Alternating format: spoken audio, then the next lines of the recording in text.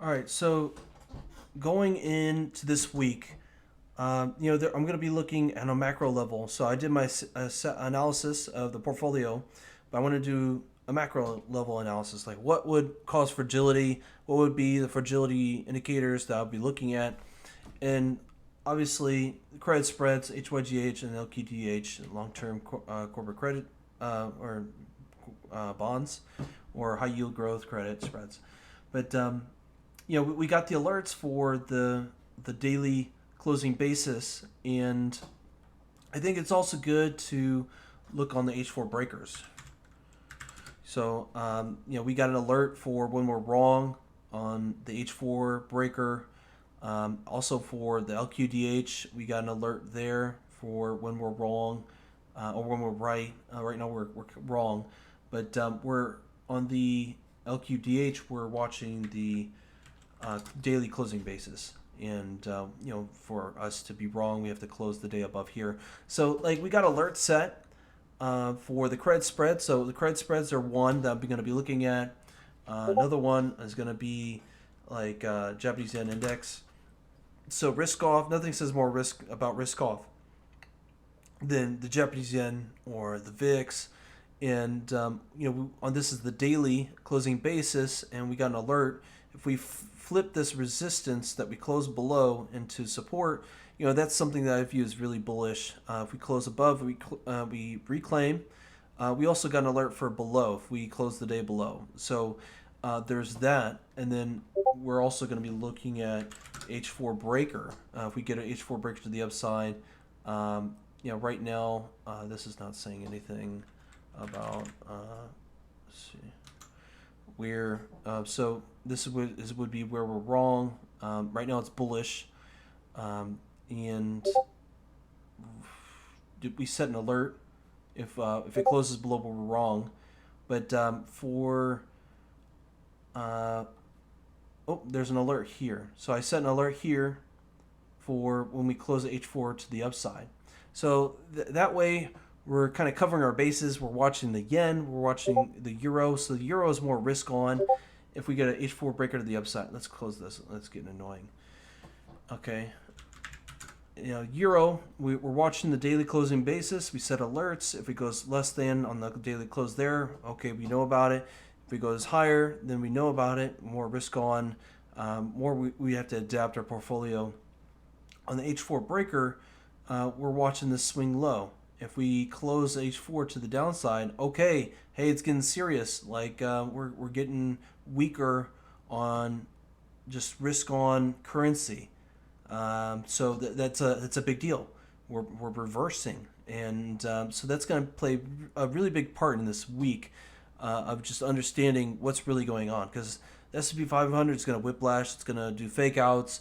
It's going to do things that we don't expect. But if we watch like the credit, FX, credit swaps, we're able to, or like currency swaps, we're able to get a pulse on just what's coming.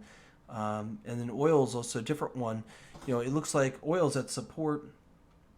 So we looked at the credit spreads, HYGH, LQDH. We looked at Japanese yen index, euro index. We're not looking at the dollar. The dollar is just weird. We're not going to bother with it. We're just going to keep it simple. Japanese yen, risk off. Bullish, we're winning. Euro, risk on. If we're going higher, we're losing. If we're going lower, we're winning.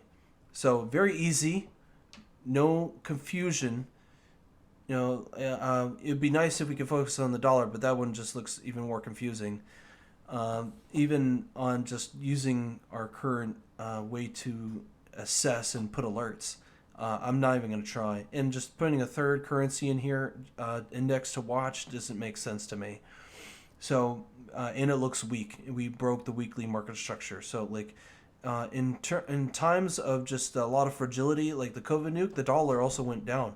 So we can't be looking for the dollar to go up for the market to go down. Instead, we'll just watch the Japanese yen and the euro. So we're watching the credit spreads. We're watching the euro dollar or the euro index and the Japanese yen index, and then we're also going to be looking at oil. So oil is weird. It's actually at support. So oil, this is the market structure, and then this is the weekly, daily closing basis. We're actually at support. Like we're at a lot of support lines, whether it's the weekly demand support, the fib support, a diagonal line support. Like we're at a lot of supports. On the daily, it looks like we closed below and we broke support here. So it's very confusing, conflicting. We look at the market structure. We broke weekly market structure. We broke the H4 market structure. So we set an alert here to see if we this is a false break on the H4. So we're really wanting to see, is this something that's got a little momentum behind where we're going to continue breaking to the downside, or we're going to pull back pretty hard. So we're going to find out if we start closing on the H4 candles and we totally destroy this breaker on the H4. So that's something we're watching. We're also watching on a daily closing basis. There is no good daily closing basis alert that we could put for West Texas oil crude. So pretty much the H4 breaker is all we got to really invalidate for a signal to the upside. Now, crude oil is a different story, but it says very similar things. It very, like on the market structure, it says the same thing. But here we got some inconsistency. We closed below the fib, but we did close above weekly demand on the support and the trend line on the weekly. It looks like these two lines and this wick connected really well for support. So that looks good and all. We got our alerts here. So if we close the day above here, reclaim, then that's a big sign. So we set an alert there.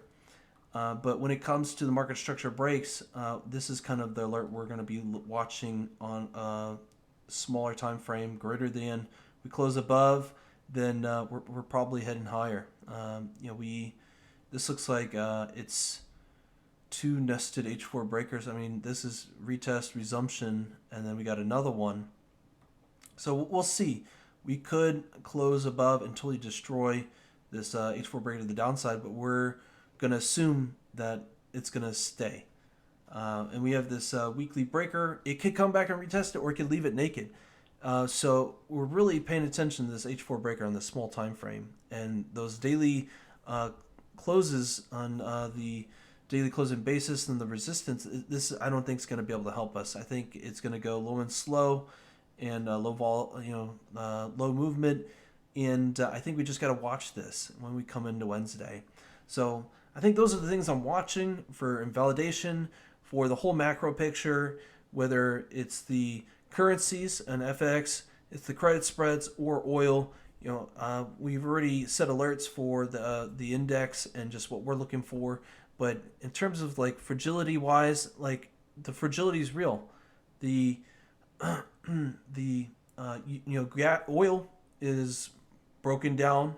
Yes, we're in weekly demand and weekly support, but that doesn't mean a whole lot. We still have H4 breaker to the downside. It has to be invalidated. And right now we have a lot of momentum. So nothing's really confirmed for the upside. And then looking at the yen could gain power and the euro could lose power. And that could affect the market on its risk on sentiment from totally being crushed, and then everything going into Japanese yen. And then the credit spreads could totally fall apart. So that's kind of just what we're looking for, what we're watching. We set alerts, and that's for the macro picture and the fragility. Now, when it comes to the biases, I've heard, well, this is too easy to predict it going down. Nobody's gonna let reward traders for like a 20% that's like so easy that it's obvious, blah blah blah. And that kind of narrative, I would fight with another narrative. Like, okay, so you're going to use that narrative. What about inverse Kramer? Kramer's super bullish in December. Kramer was so bullish about oil. What about that narrative? And inverse Kramer actually has statistics behind it. So in my mind, I say let's play level to level. We got alerts set. We take it by these kind of breaks in market structure or these daily closes, and then we kind of go from there. And if anything, I believe the inverse Kramer narrative over any other kind of narrative that anyone could come up with, just because that's the standard for the retail sentiment is inverse. It's pretty much Kramer, Jim Kramer. He's the retail sentiment, and for the opposite thing to happen, that's kind of what we should inverse Kramer. That's what we should expect, and until it's proven, until it's disproven, because we got statistics behind inverse Kramer, and it's doing really well. So I mean, I could pull that up, but you could go ahead and look it up. You could just Google inverse Kramer ETF, and then you can find statistics. Pro Kramer just is got bad win rate. So thanks for watching. That's my 2 cents about what's going on, about the narrative, about the market right now.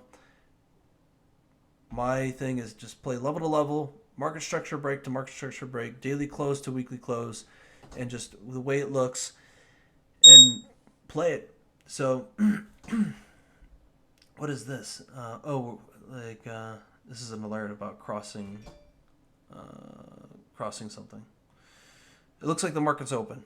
So the markets are open. So let's go ahead and take a look.